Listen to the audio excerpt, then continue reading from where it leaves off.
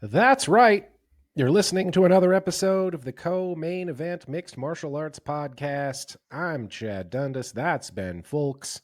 We're both longtime MMA journalists, and for the last 14 years, we've been meeting here every week to break down all the action in the wild, weird, and occasionally wonderful world of mixed martial arts. And Ben, in case any single person listening to the sound of our voices right now doesn't know, which seems unbelievable, but just in case it might be true, Max Holloway defeated Conor McGregor in the main event of UFC 329 over the weekend, officially by TKO, when Conor McGregor began the fight by sprinting across the cage and throwing a jumping kick at the head of Max Holloway, landed super awkwardly on one leg, apparently blew out his knee, tried to fight on, and I think to his credit, Max Holloway did not beat his ass as bad as he could have. Instead, essentially imploring the referee to stop the fight, which he eventually did at 1 minute, 9 seconds into the first round. We got a lot of listener mail Yeah, we did. on the subject, which should surprise absolutely no one. I guess say what you want to about him, but Conor McGregor apparently still commands enough attention in this sport to get people to write into the show. So we're going to spend this next hour answering as many of these questions as we can. I don't know that we will get to any of the other action at UFC 329, but if we have time, we'll talk a little bit about it as needed. Do you have any opening statements, or should we just jump into the questions?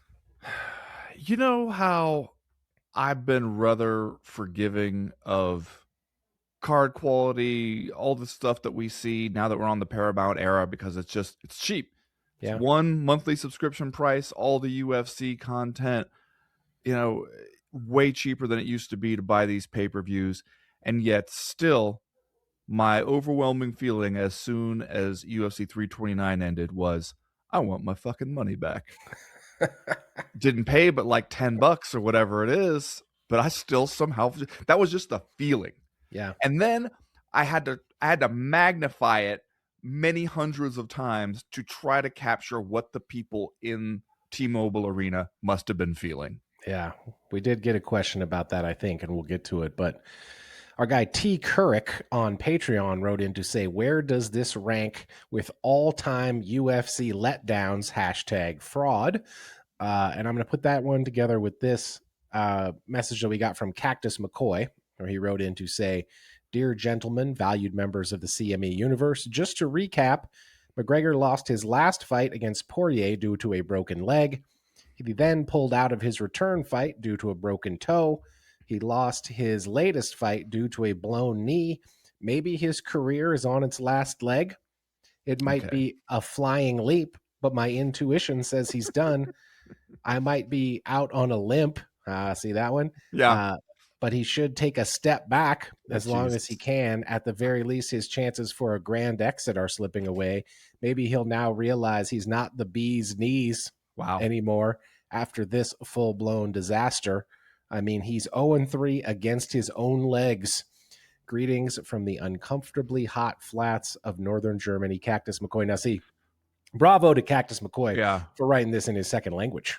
Yeah. Right. And as you're reading it, I'm like, okay, I see what we're doing. He can't keep going. He can't keep this up. He can't maintain this pace, surely, of leg-related puns. And yet he did. All right. He really did. Here's the thing, man. To borrow the parlance of the kids today, Conor's cooked, man. Like, he might come back. He might have another fight. He might win another fight. He might go on to do other things post UFC or sign a new deal and continue to fight in the octagon. But this guy's done, man. The aura is gone. The interest largely is gone, I think. Mystic Mac is dead. His body is in shambles. He even looked old in the face. I thought the mohawk looked lame. Like, I think we're done here, man. I don't think we need to see anymore. Now, in the grand tradition of the fight game, we will see more, but this guy's cooked, man. This is the end of Conor McGregor as any kind of relevant attraction in this sport. And in order for him to prove me wrong, he will have to keep his lower extremities intact for an extended period of time. And I don't think you can do that at 37 years old and then some. I mean, weren't we saying before this fight where we were like the whole reason that we were going on about I'll believe it when they're in the cage? Mm-hmm. When the cage door closes and Max Holloway and Conor McGregor are standing there, that's when we'll believe that this fight is really happening. And this is kind of why we were saying that. This is what we were talking about, because it just seemed like we needed to be shown in order to believe that his body could still do this. Because not only was it 5 years away, which is a huge time to be away, especially in your mid 30s, like to go from to leave when you're in your early 30s, come back and try to be the same guy you were in your late 30s. That's a big gap for a professional athlete. It's a big gap even if you haven't been up in the club. He has been up in the club, Chad. Mm-hmm. We have seen that man in the club having a good time, having a time well into the wee morning hours, perhaps having a time fueled by other substances rather than just what they sell at the bar at the club. That stuff's got to take a toll. Mm-hmm. And when he comes out here and immediately his body just shatters like glass, immediately, how do you not consider that might be part of it? You know? And that, I don't know how easily you rectify that. He says now he's dedicated to clean living and following the way of the Bible and all that kind of stuff. It's hard not to be a little skeptical of that. Kind of feels like the part in Deadwood where Cy Tolliver keeps carrying a Bible around and gesturing with it, and you're like, I don't believe you've read what's in there. It's even if he is now fully committed to just sobriety, clean living, all that stuff, by the time you go have surgery, come back from this thing, try to ramp up again, I just don't know what's left. And after this collective disappointment that everybody went through with this fight, I don't know how many people you're gonna rope in again. We talked about this just last week, how the appeal, the allure of a fighter who is going basically like on cult of personality and not on just skills alone, that appeal has endured and has proven to be pretty resilient for a lot of other fighters in the past, even when they clearly are not very good at fighting anymore. If people like them because of buying into a certain persona that they attributed to them, they keep showing up for that persona. And yet this seemed like damaging to the brand. People were booing it. Max Holloway went up there in chat and he said, let's give it up for Conor McGregor. And it went boo. And they were cheering him like crazy 10 minutes before. Yeah. I don't know how you come back from that. I feel like the personality is dead, to be honest with you. Like, we'll see what happens if he is able to move forward. He has released his latest statement, basically says, God, God, God, God, God, child of God, God, God, God, God. Surgery, prehab, return to martial arts practice, go again, final fight of the contract. Please, God, exclamation point. I trust in you, Lord. Show me your way. Thank you, God. I did want to read this one that we got from Lynn G, which is a little on the long side, but I think is important enough to spend the time. Lynn G writes, quote, karma is a mirror, attributed to Conor McGregor. Yeah. Ah, the sweet joy of tuning in online because I refused to watch it live and seeing Mick Rapist fail in such an amazingly embarrassing fashion. I truly hope there is not a ligament left in his knee. May he endure pain as great as he has caused. It's been weeks of watching the UFC and MMA media parade around the man who was found to have violently raped a woman by a jury of 12. The entire time, my love of MMA, especially the UFC, has just been draining away, the leak in the pool growing bigger by the day. As a woman, It's quite something to watch everyone, fighters, media, even Ariel Helwani, a former favorite of mine, pretend that this man didn't rape a woman so violently a doctor had to use forceps to remove a tampon. Watching everyone try to wash his tarnished reputation clean in the name of nostalgia. What was the point of all this? To put the banner out and tell all the women who are fans, we don't care if one of you is raped if we can make money? That's the message that went out. I spent the last 2 weeks tuning out permanently from so many different voices that I used to love to listen to on the sport. I've never felt this at risk of tuning out of the UFC entirely. I've never felt quite this disgusted with the sport and so many people who chose to look the other way and pretend this man deserved my respect. Anyway, that's my question. What was the point of this for the UFC? Was it worth it? By my count, I don't see them attracting new fans to the sport from this spectacularly karmic show last night. I know they've lost some too. I look forward to the thoughts of two gentlemen I still respect and enjoy listening to on the topic. Thank you, Lynn, longtime listener, first time questioner from Canada, eh? So she ends it on a humorous note there. But here's the thing. Conor McGregor is a rapist. He was found liable for rape in a court of law in his native Ireland. So anytime you hear anyone, and this was going around online after the fight, anytime you hear anyone trying to make you feel bad for Conor McGregor, just repeat in your own mind brain, Conor McGregor is a rapist. You should not feel bad for this guy at all. I saw he came out and tweeted after the fight was over, my head gasket is gone, which I don't even know what that means. Destroyed. I had no injuries going into the fight. I was throwing kicks, planted and jumping all throughout camp as well as backstage before the fight. This came out of nowhere. I am beyond dark here. I can only describe it as hell. Now, you and I exchanged a couple of texts about this after the fight, to which I said, and will repeat, one of the downsides of suddenly deciding that you believe in God is that you may find yourself in hell. I would also say, Conor McGregor, if indeed you ever do find yourself in hell, it ain't going to be because you blew your knee out in a cage fight, No, my friend. It's going to be because of some of the other shit that you have done. And it was disappointing, although not surprising in any way, the week leading up to this fight and largely in the aftermath on fight night to see most people kind of ignore this, kind of ignore that specific legal trouble that Conor had while he was away. It was disappointing. I was interested. I posted this. I screenshotted and posted it on my Twitter account. But Lerone Murphy posted, he got on there in the aftermath of this fight, said, pure hate online for McGregor, which I don't get. The man transcended the sport. It was a big ask to come back after 5 years, but them injuries are uncontrollable. To which a Twitter account that I enjoy, Jane Austen Enjoyer, just replied, it's probably because of the rape.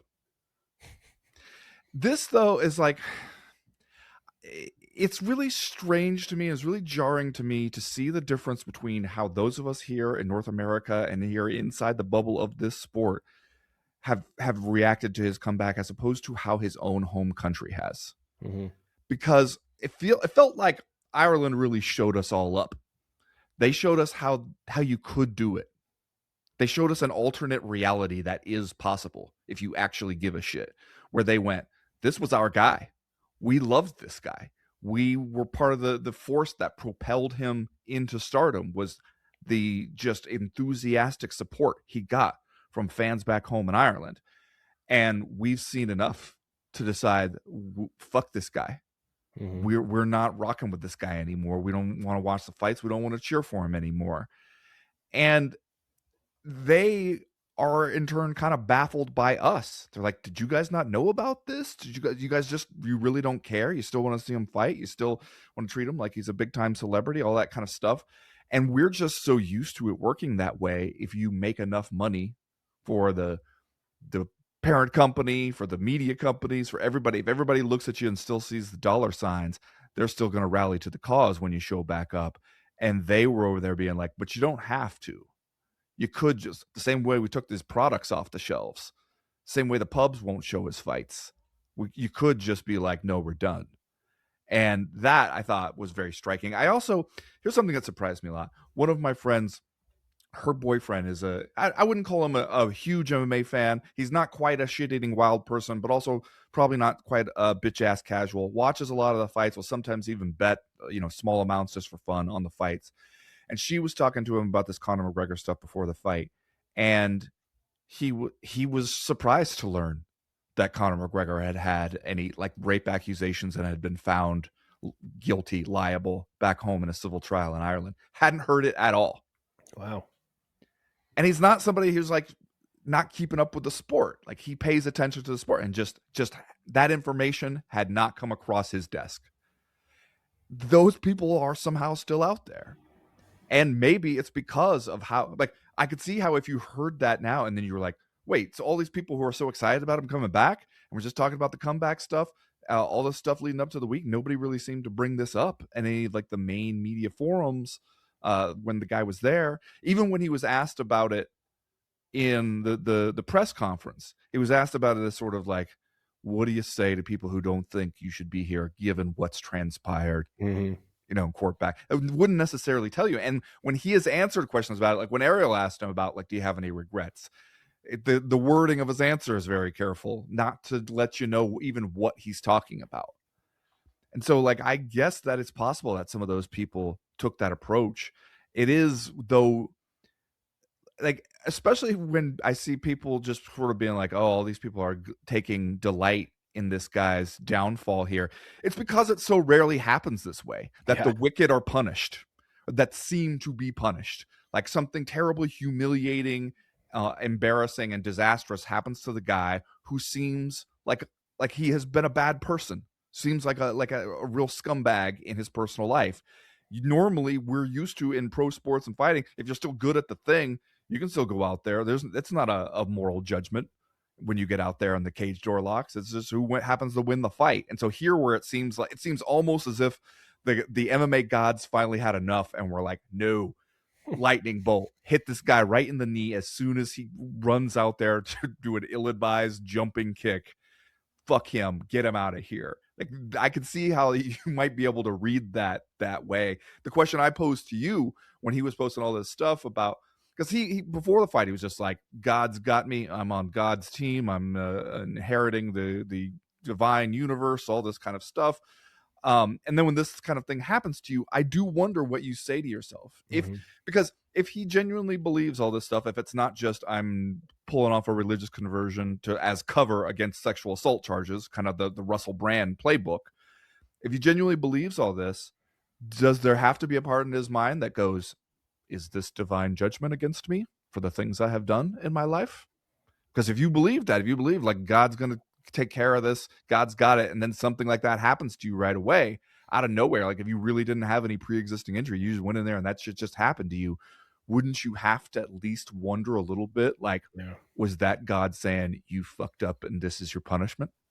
I mean, and honestly, when you texted me that, and I was like, probably not. Yeah, you dismissed it immediately. Well, then I thought about it a little bit more, and I kind of like, if anyone is going to make that connection, it might be Conor McGregor, just because of how this guy's mind has always worked, right? It seems like he's been very kind of keyed into that kind of stuff, and so he might, way down deep in the darkest part of his disgusting soul, maybe wonder about that.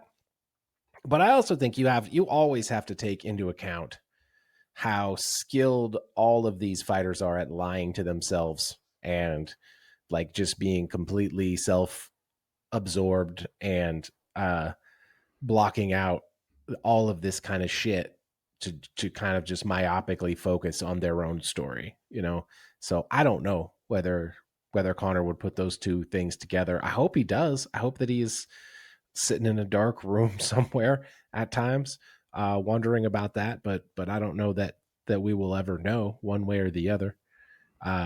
What did you make of the Zapruder film footage of him taking his shoes off?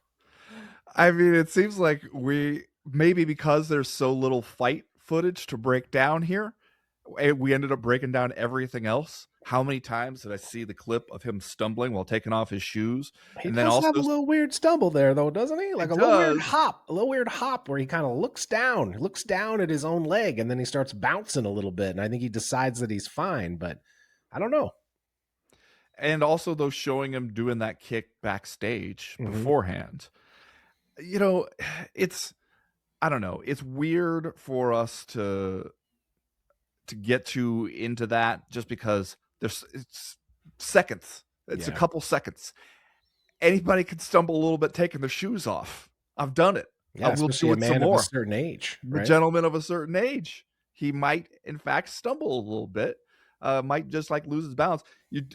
The body language wise and everything, he did seemed like there was something going on. Like, and I attributed at the time when I was watching it, I was just sort of like, I don't feel like he believes anymore. I feel like he's faking it. I feel like he's hoping to convince himself and others to believe. But that used to be one of his greatest strengths, was that he really believed. Even when the rest of us were like, okay, you fucked up Dennis Seaver and an out of shape Chad Mendez, but Jose Aldo going to beat your ass. And he did not believe that. Like, he always seemed like he genuinely believed. And it didn't seem that way this time. And so, like, that's what I felt was kind of coming off of there. But if you did stumble a little bit and feel like you hurt your knee getting out of your Crocs, would you still throw that kick to start the fight? Yeah, who knows? And by getting out of your UFC issue, probably the Rock shoes, right? They wouldn't let you wear your Crocs down there. They can't make money off Crocs. And even if he did, the way he lands on that kick is going to probably blow his knee out regardless, because he lands terribly on that thing. Just an awfully awkward landing for Conor. Next question this week comes to us from J-Dog, who writes in to say, well, we did it. We stayed up till the wee hours in the one true time zone to watch McGregor versus Holloway 2. Could there be a more fitting end to this fight card? Could the righteous be more praised? Hello, Max Holloway couldn't be praised enough for absolutely not destroying Conor McGregor in the given circumstances. However, if the shoe were on the other foot, I'm not sure the same could be said. As MMA fans, we've all been through this before. Hype beyond belief for an immediate letdown. What was the initial reaction from you, gentlemen? What do you think is next for Max and Conor beside the obvious? Please discourse. I have to admit, when this thing ended the way it did, there was a little part in the back of my head that was like, of course, this is kind of what happened. I feel like we get into these weird situations, especially on these big fights that are hugely hyped and typically involve someone who is past their prime, because that's how we get into these things in the first place. I feel like weird shit like this does kind of happen more often than maybe it would in another sport. And so when Mr. Glass went out there and broke his leg, broke his knee, blew out his knee, throwing that kick, there was a little tiny part of me that was like, of course. And then the rest of me was like, this guy's fucking done, man. This guy can't keep his body together to have 5 seconds of a fight. Yeah, I mean, the thing is, the build up to this fight felt like it was just months in the making. And so when you have all that hype coming up, and also the UFC saying this stuff like record high gate, this is going to be huge fight, all this stuff, good fight card leading up to this, and then it ends like that. My initial reaction was, what the fuck, man? What did we just sit through? Like all this build up for all this time, gassing everybody up over the return of Conor McGregor, just for him to do that, and for it to look immediately like, as soon as you see that, I feel like the initial takeaway is just, it's over. It was over a long time ago. This is just everybody being held down and forced to admit it is over. Yeah. Stop it. Give it up, man. And so, especially when I see him talking now, like, all right, gonna have surgery, I'm gonna come back, this is not gonna stop me. And I'm like, who wants to see it now? Especially talking about a potential trilogy fight between he and Max Holloway. First of all, you can't even really call it a trilogy, because this wasn't even a fight. You didn't even get a second fight out of him. And then to say, like, all right, we'll run it back. Who wants to see it? who will still sign up for this? If you're Max Holloway thinking about, I'll wait around till next year when Conor McGregor's ready to come back, man, I don't think there's going to be an appetite for that. Been wrong before. MMA fans keep lining up to be hoodwinked over and over again. But I felt like right after seeing this, we can move on, man. Yeah. We can move on to other business. And honestly, in speaking in terms of what's next for Max Holloway, and again, maybe I'm just falling victim to whatever I just saw, thinking about whatever I just saw. I feel like Max Holloway against Paddy Pimblett at lightweight would be kind of an awesome fight at this point. I have been very skeptical of Paddy Pimblett during his rise. And I think when he got beat by Justin Gaethje, I think a lot of us were like, well, there it is. There's the verdict on Paddy Pimblett. And then, of course, we know what happened with Justin Gaethje. He goes on to become the undisputed lightweight champion. And then Paddy Pimblett goes out there, destroys Benoit Saint Denis in under a minute with a submission. And as skeptical of Paddy Pimblett as I have been, looked like a star from start to finish in this thing, including the aftermath. I feel like you could do a lot worse. Take Max Holloway, take Paddy Pimblett, put him in a lightweight fight. It's kind of an interesting matchup. I feel like, wind him up and let him go. I mean, I agree with the star quality of Paddy Pimblett. You could see the way the arena reacted to him. I had friends of mine who were watching this one at a bar across town and were saying, okay, who is this guy? I love this guy. Paddy Pimblett is the most ridiculous name I've ever heard, but I love this guy. And so I could see, that stuff is there. It's the fighting skill that we've wondered about. I think, how do you not do him and Ilia Topuria, though?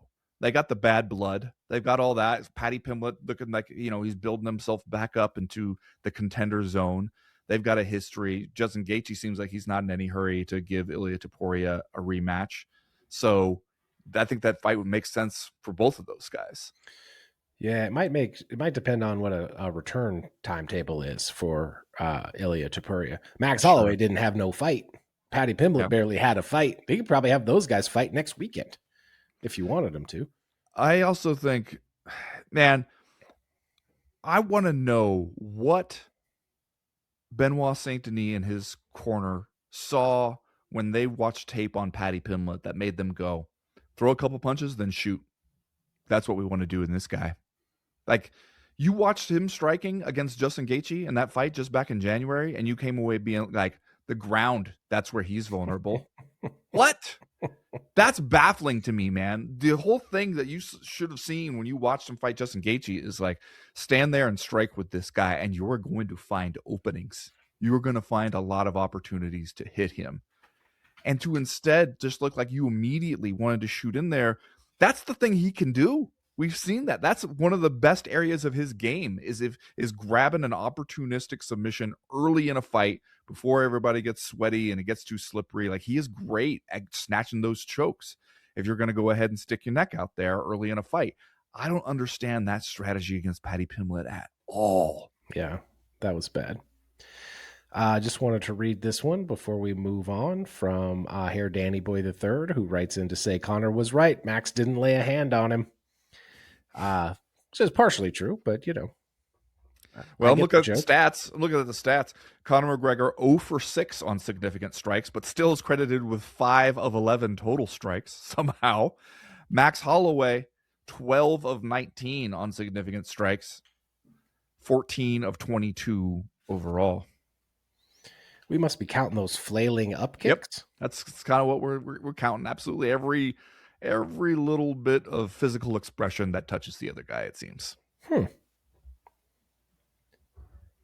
Next question this week comes to us from Ryan Robinson, who writes, I know it's summer and your days are busy, but there was a fight this past weekend headlined by adjudicated rapist Conor McGregor.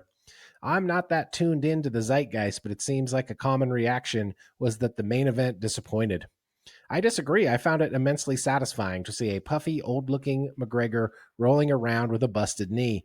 I was a little disappointed that Holloway didn't get credited with the TKO via slight shuffle sidestep to the right, but still, he got me back with the weak in the knees gag. So was this disappointing or satisfying? This is kind of an interesting question because you have seen both reactions floating around online, and it might as well be a damn litmus test, right? For what kind of fight fan you are, and maybe what kind of person you are, also. But I'm going to come out and say, could it be both? Because it's not exactly the fight you wanted to see. I don't think it's the fight anyone wanted to see. But like I said earlier in the show, you're not going to get me to feel bad for Conor McGregor for blowing his knee out in this cage fight. That's not going to pluck on my heartstrings, knowing everything we know about Conor McGregor. Yeah. But also, I mean, it is a weird thing to see people just sort of being like, I tuned in to watch a fight, didn't get that, still happy because it's so bad for the guy I disliked. It is where you get into where you're like, the same question that somebody asked us before this fight, where they were like, what do you want out of this? What would be good? And if you were absolutely like being like, I hate Conor McGregor, but I'm gonna watch anyway, and hoping to see him, get beat up, which I said would be part of the appeal for a lot of people. And instead, you see him get humiliated in this kind of unforeseen way. I can see how that would feel like a satisfying ending to some people. It still just feels like it's hard not to feel like the fight game really just fucked with us, though, for the last several months, building up to this thing. And then to get there and to have just get absolutely no fight out of it whatsoever. It's hard not to feel like, God, we're all suckers for even being here right now. And this is the moment that proves it. It's funny how often fight sports will make you feel that way too. Next question this week comes to us from Sean, who writes, not so much a question, but I found it interesting that Conor admitted so readily after the fight that he wasn't injured coming in. I'd expect him to want the, quote, macho respect that comes from saying, yeah, I was compromised. I'm not going to let that stop me from walking into the cage, especially after he was mocked for dropping out of a Chandler fight because of a broken pinky toe. People were even doing the hard work of finding every clip of him from the week before the fight where he slightly wobbled or looked concerned with his leg to prove that he was injured. Yet he went with, my body couldn't hold out for even 10 seconds in a proper bout. Do you agree this is worth a bit of discourse? It seemed like he could, in fact, have a bit of a way out if he wanted one, and he hasn't gone with that. Well, it'd be tough though, wouldn't it? Because they really went before, like John Kavanaugh went on Ariel's show before and was just like, we've been so careful this training camp. We did such a great job going in there completely injury free, not a niggle, not a single niggle on the body, not a bump, not a bruise, nothing. Like really made a big deal about that. And so it would be hard to turn around after that and be like, actually severely compromised leg. That's what I meant. I mean, it wouldn't be something we haven't seen before, though. We see that frequently. It's true, but it's greatest also, camp of my life. Actually, did not have an ACL before I went in there. Cracked skull. Had a cracked skull coming into this one. So, but that's a tough pivot to make, and it did seem like there was that moment where he's sort of like walking around in the aftermath of this being stopped, and he sort of like clutches his face and like collapses, sort of, where you could tell that's what made me think that this really was kind of, at least to him, out of nowhere, that he didn't come in with an injury, that it just he really thought that he was ready, and then just ligaments snapping on you right away, and he's just kind of going, holy shit, how could this be happening? I can't believe it. That seemed to be like a genuine reaction in that moment. Yeah, I agree with that. And I think you made a good point earlier that if you did have something wrong with your knee, do you start the fight charging out of your corner with a flying kick at Max Holloway's head? But it does bring up the point that if you're saying, hey, we didn't have any injuries in camp, felt fantastic, felt wonderful coming into this fight, and this happened immediately as soon as I tried to do a single offensive move, my body gave out. Because if that's what you're saying happened here, then how do you tell us you're going to come back and we should all show up for it again and people should pay the tickets prices and everybody should get excited about it again? Because what reason do they possibly have to think that won't just happen again? If you were as good as you could have possibly been coming into this fight and still we didn't get a fight out of it, what's the sales pitch for why we should all sit through all this build up to see another one? One thing that I was wondering immediately after it happened, and again, this is a thing, hindsight obviously is 2020, and I suppose the jumping kick is the kind of thing where it's, high risk, high reward, and Conor McGregor has always been kind of a high risk, high reward fighter, because if you land it, then you look like a genius, right? Yeah. Oh, Mystic Mac is back, flying through the air, kicking Max Holloway in the head, and if it doesn't work, then you look like an idiot because you blow your knee out in front of God and everybody 5 seconds into the fight. But one thing I was wondering is, fuck was he thinking? Why would you do that, man? Because they'll never expect it. But also, it seemed like Max Holloway had no problem really avoiding that one. No, he didn't really even come close. Like, okay, I got it. And then also, like, Max Holloway seeming to be the first one to notice Conor McGregor's knee is compromised and turn into Mike Beltran, and Beltran is like, kill him then. He is weak. It's also amazing how often we see an MMA ref do that. Mm-hmm. Next question this week comes to us from Meats Hot Man. Okay. Who writes in to say, well, there we have it. Can Conor McGregor's body survive a training camp? Yes, but just barely. It can just squeak through only to immediately break down in the fight. It's perfect. May none of his joints survive against the force that is his unnatural amounts of ill-gotten muscle can produce. This honestly, and this might be unfair, but I don't care about being unfair to Conor McGregor. I did think, one of the things that we see happen to people who take steroids and take HGH and they end up packing on more muscle mass than perhaps their skeletal frame and their ligaments can support. And obviously Conor McGregor lost a lot of that body weight before he came into this fight.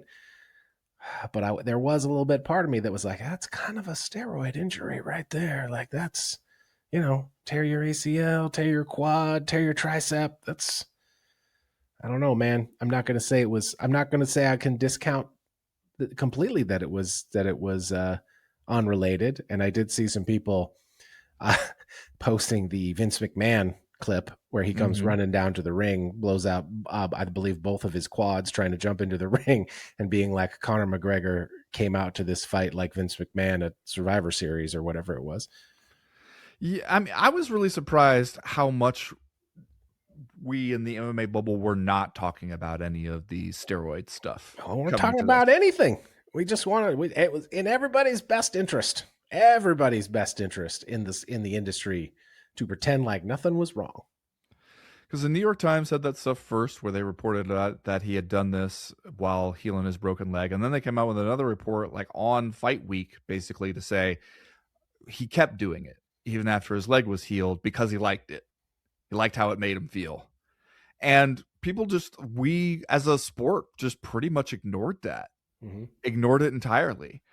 And I that's surprising. Maybe it's just because we are so over it. We dabbled with having a serious anti-doping program. All it was annoying because sometimes we'd want to see fights and the stars would get popped beforehand and we went, God damn it. It's not worth it anyway. Let's go back to the old way. Have the UFC do the testing and we'll just take their word for it that it's all fine, even though the only people who seem to get popped are people we never heard of. And yet here you have this story where the New York Times is saying, the steroids and stuff that he's basically admitted to taking, he was continuing to take them. Like it was not just a healing thing. He liked it. And here we go into this fight at a higher weight class. He comes out there looking like with his puffy face and blows out his knee. And it wasn't even part of the conversation. Mohawk looked dumb. Have I said that yet? You did. Mohawk looked dumb. Looked like maybe an attempt to recapture youth, Yeah. It was like a bald, retired guy driving around in a convertible. You go buy that leather jacket. Looking hot in your leather jacket. Uh, the New York Times reporting saying that he told people around him that he kept taking steroids and HGH because he, quote, liked the way it made him feel is the most Conor McGregor thing that I have ever heard. Like, I read that detail and I was like, this is true. This has the ring of truth. Does have a certain ring of truth about it. That is okay. This though reminds me, read this one.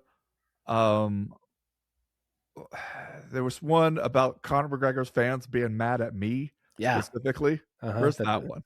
It's down here ways that they came for you. Creek bar assholes. Yeah. You want me to read it? Yeah, if you got it in front of you. I was trying to find it, but from Greek Bar Asshole, who writes, "You'll get enough questions about the fight, I'm sure. Some will probably take longer to read out than the fight itself. So why want to come at it from a different angle? Ben, boy, did Conor's fucking fans come for you this week, man. It was interesting to learn that you, Ben, not Conor the rapist or his rapist apologist fans, but you, Ben, are a piece of shit for the atrocious crime of reporting facts about a drug cheat rapist. These fucking guys, hey? Now, I'll say, I know I must have successfully curated my internet access because I didn't really see a bunch of this.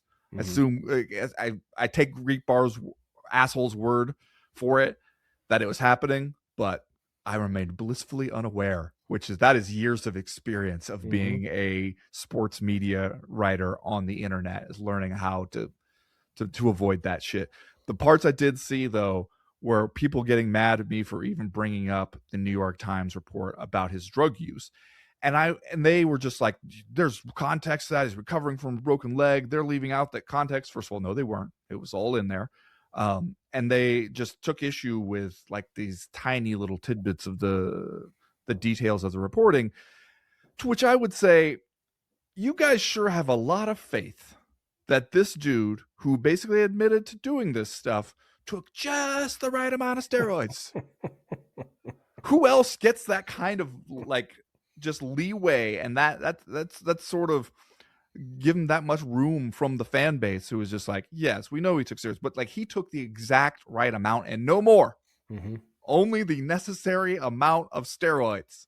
And then he was like, he pushed away from the table, was like, get this stuff, put this stuff away, don't want to see it anymore. And from now on, I'm all natural. Like, maybe that happened, but you guys sure being willing to take a lot of that on pure faith.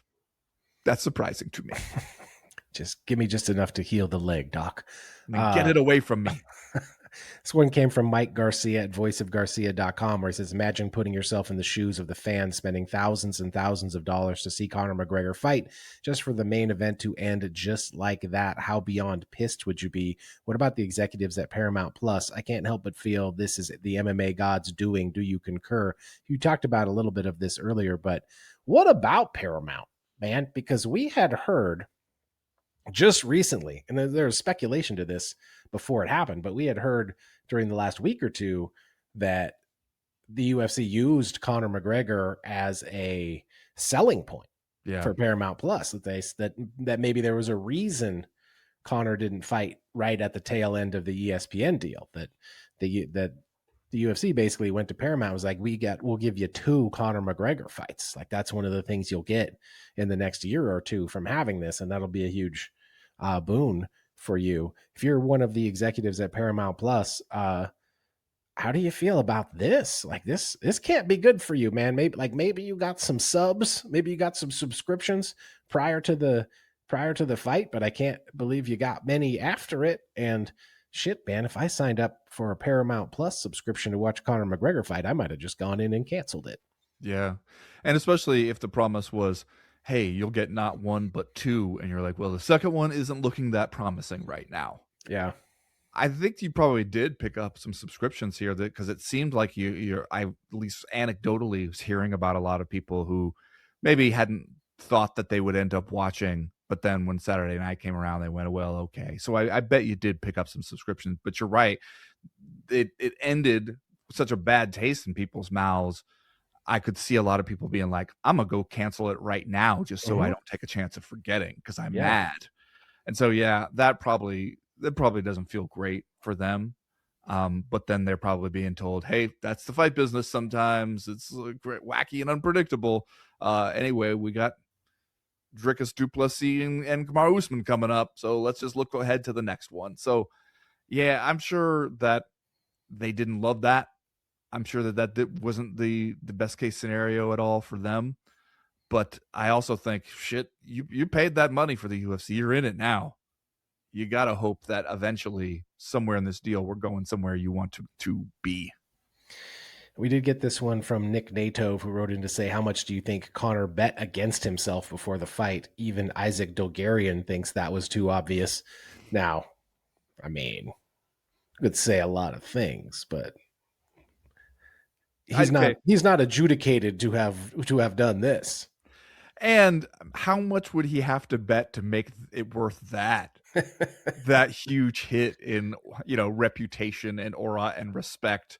And it probably would have raised some eyebrows if somewhere from an IP in Dublin, somebody bet $5 million on Conor McGregor to lose in under half a round.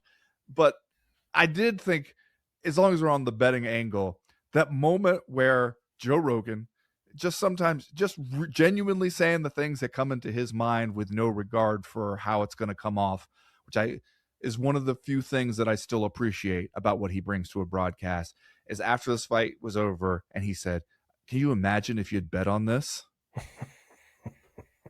And it was like, yeah, almost as if the UFC, the UFC spends all week with all these betting sponsors and everything trying to encourage you to bet on this. They were doing it during fight night, right? Scan the QR code in the corner of your screen.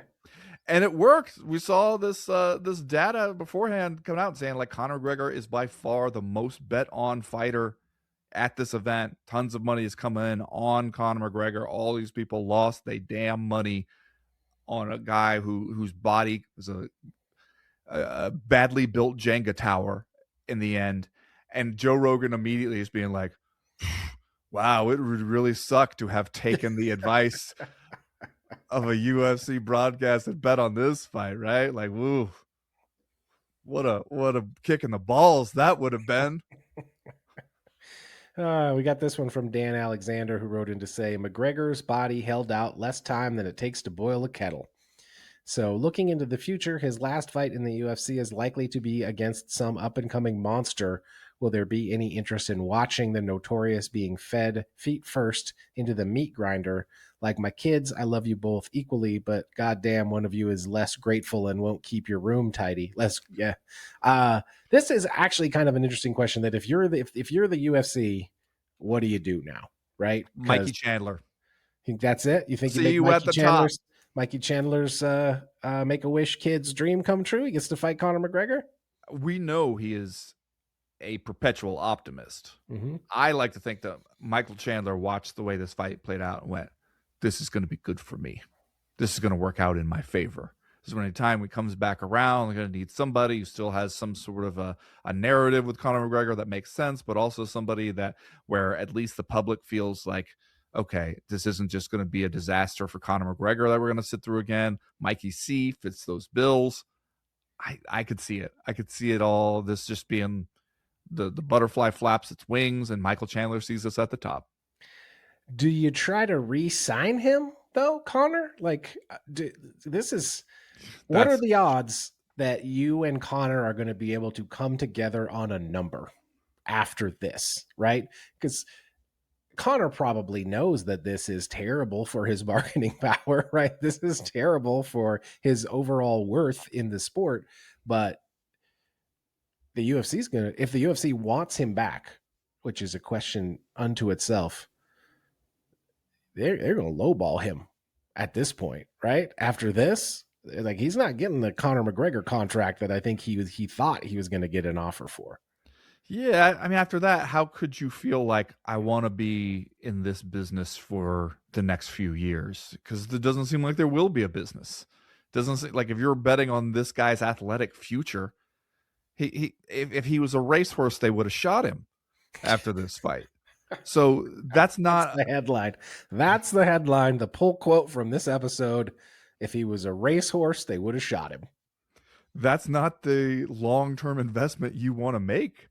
And so, yeah, I could definitely see the UFC being like, all right, we owe you this one last fight. Let us know when you're out of surgery and you're rehabbed, and we'll do it. If you want to talk about an extension, it's not going to be what you think. And Conor McGregor is not the type to be like, I understand your negotiating position, and you're right. I got to go out there and prove myself. I don't see him doing that. And yet, if you tell me this is how you sort of tick off something in the machine, knocks over a bowling ball, which hits a balloon, and next thing you know, the whole mechanism trips off, and you end up with Conor McGregor boxing Jake Paul because this happened, because it made the UFC less likely to sign him, I'd be like, yeah, I could see that. I could see some shit like that as the accidental end result of all this. Well, we did get this one from Edmond Dantes, who I believe wrote The Count of Monte Cristo. Says, hear me out. Best case scenario for Conor. He was moments away from getting his ass beat on national television. Now he can spin that he would have won if not for an act of God. Assuming he has access to the best doctors, read steroids, in the world, he should be able to recover, and now he's only one fight away from getting the Netflix boxing mega payday. He may even be able to get released from his contract because I don't know how much interest in promoting him the UFC is going to have going forward. Obviously, your body breaking down in front of the whole world is embarrassing and painful, and the fight was sad, but I do think there's a silver lining to this contract-wise. Also, the Patty fight was absolute dominance, and he might be the most exciting guy at 155 right now. Yeah. I don't know if I could say best case scenario. It's not. It's there were a lot of better case scenarios. I could see it having gone better. Yeah. Yeah. I was surprised at how many people I saw on Twitter after this fight still telling themselves like, Max really dodged a bullet here because Conor's clearly about to beat that ass. You're like, well, I guess this means you never have to stop telling yourself that. It was just about to happen. You know? That knee had about one low kick left in it. One low kick. This is also an interesting one from Mick Nelson, who wrote in to say, not that Conor's career I think he means now that Conor's career as a competitive MMA fighter is definitely over. It's interesting to speculate over what could have been if he hadn't fallen in love with the money, the fame, the drugs, and the general being a piece of shit that took his attention away from what brought him to the dance. It feels clear in hindsight that featherweight was the best division for him. One perfect fight against Eddie Alvarez aside. If he'd been able to stay consistent, hungry, motivated, and active, at what point throughout his career do we think he would have come up against a welterweight that definitely would have beaten him? Volkanovski and him are the same age, but I wouldn't necessarily assume that Volk would have beaten a prime McGregor. Anyway, something to ponder on. I do think this is interesting. And I thought at the time that Conor did lose something going up to lightweight and then eventually to welterweight because he didn't have that one punch power at those weights. You know, like when he was at featherweight, we saw him nuke Jose Aldo in 13 seconds. We saw him knock people out with one shot, you know? And it didn't seem like he still had power, obviously, at those higher weight classes, but it didn't seem like he had this like touch of death power like he had at one time at featherweight. Now he left featherweight at the time because he said it was really hard on his body to make the weight. Yeah, and it looked hard on his body. I going back recently and saw some of those photos from him like weighing in as a featherweight, and he looks like a skeleton. Like his face just looks like a skull, hollowed out skull. So I don't know if even if he wanted to, if he could have kept doing that for very much longer. But it is interesting to wonder what would have happened if he had not gone through this path, right? If he had not gone down this path, and if he had essentially stayed the course, not gone and fought Floyd Mayweather, I guess, is part of this scenario, which certainly, you know, you can argue whether or not that he should have or shouldn't have done that in terms of his MMA career. I don't think you can argue that he shouldn't have done it in terms of his popularity and his pocketbook because made a shitload of money. But yeah, man, Conor was sort of in the process of proving that maybe he was way better than we thought he was when he kind of short-circuited it all on his own. Yeah, I mean, and the thing is that it just felt like, didn't it all, the arc here all seem so cliche? Yes. Yeah.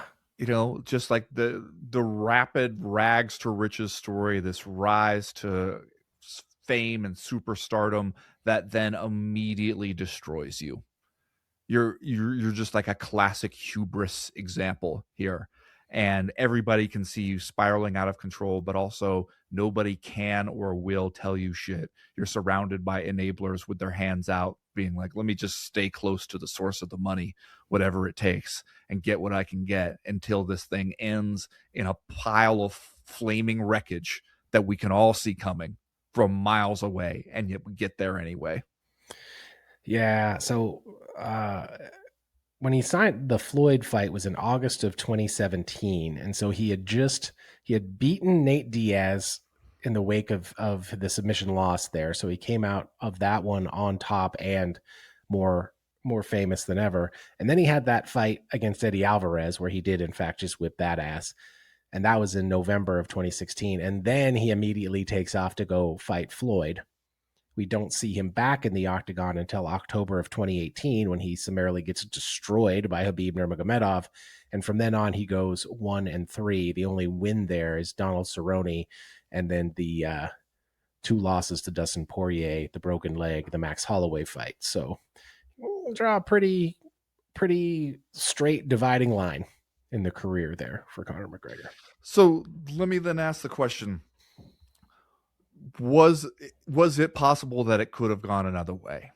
If he had just had like a stronger character, that he could have walked up to these great heights, seen the danger, and been like, you need to be more careful now than ever. This is incredibly dangerous to you, and you got to keep your head on straight here. Could that have happened?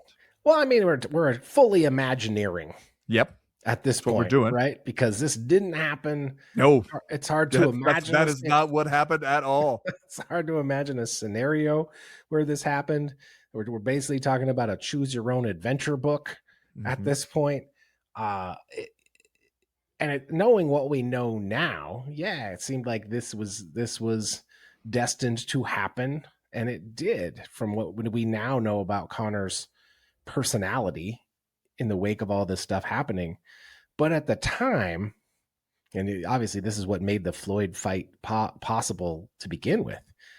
He had such a mystique and popularity and the fighting skills to back it up. That was the most surprising part of Conor McGregor back in those days, was that he showed up talking all this shit and then for the most part backed it up leading up to all of this.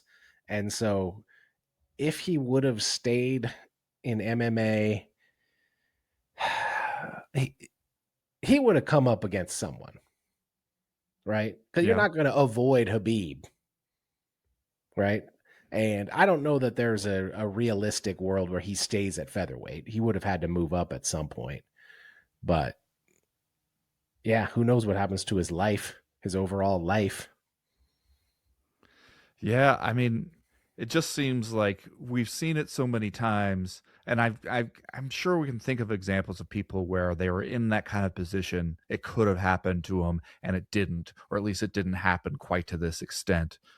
But the idea that he could have had done all this and not bought into his own bullshit, his own myth and narrative in a way that just unraveled him before our eyes, you know, that has to have been possible, and yet on the distant side of improbable also. Yeah, and just like him sitting in a dark room pondering whether or not he has felt God's wrath, do you think he would be capable, or if he would even ever want to think maybe I shouldn't have done that? Like maybe I should have just stayed home in MMA and kept making a few $1,000,000 a fight and not gone and done all this other shit? Probably not, right? Yeah, probably not. I think, I mean, you talk about the fighter's ability to lie to themselves. I think he's probably being like, I found my way here to this place I was always supposed to be, and the incredible comeback story is still coming.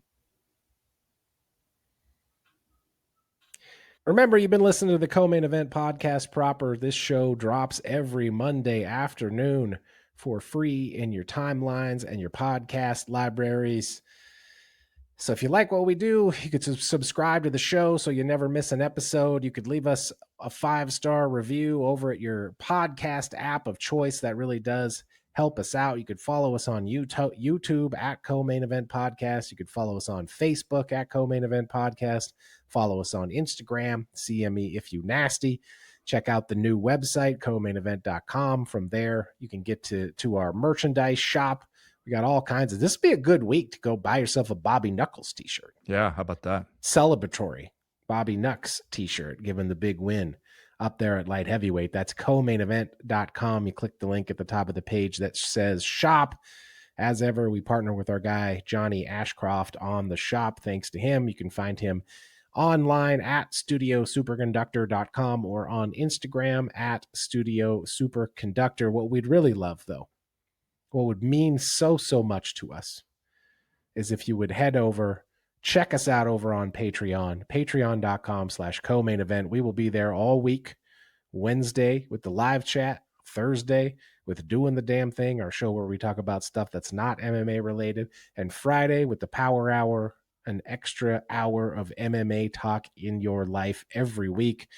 It's a great bargain. We have fun. We think you'd like it. Patreon.com/co-main event. Check us out over there. If you do, we'll see you on Wednesday. If not, we'll see you right back here next week. As for right now, we are done. We are through. We are out.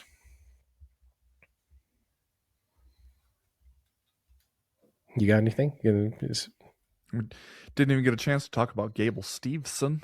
Did you notice that Joe Rogan said Gable Steveson?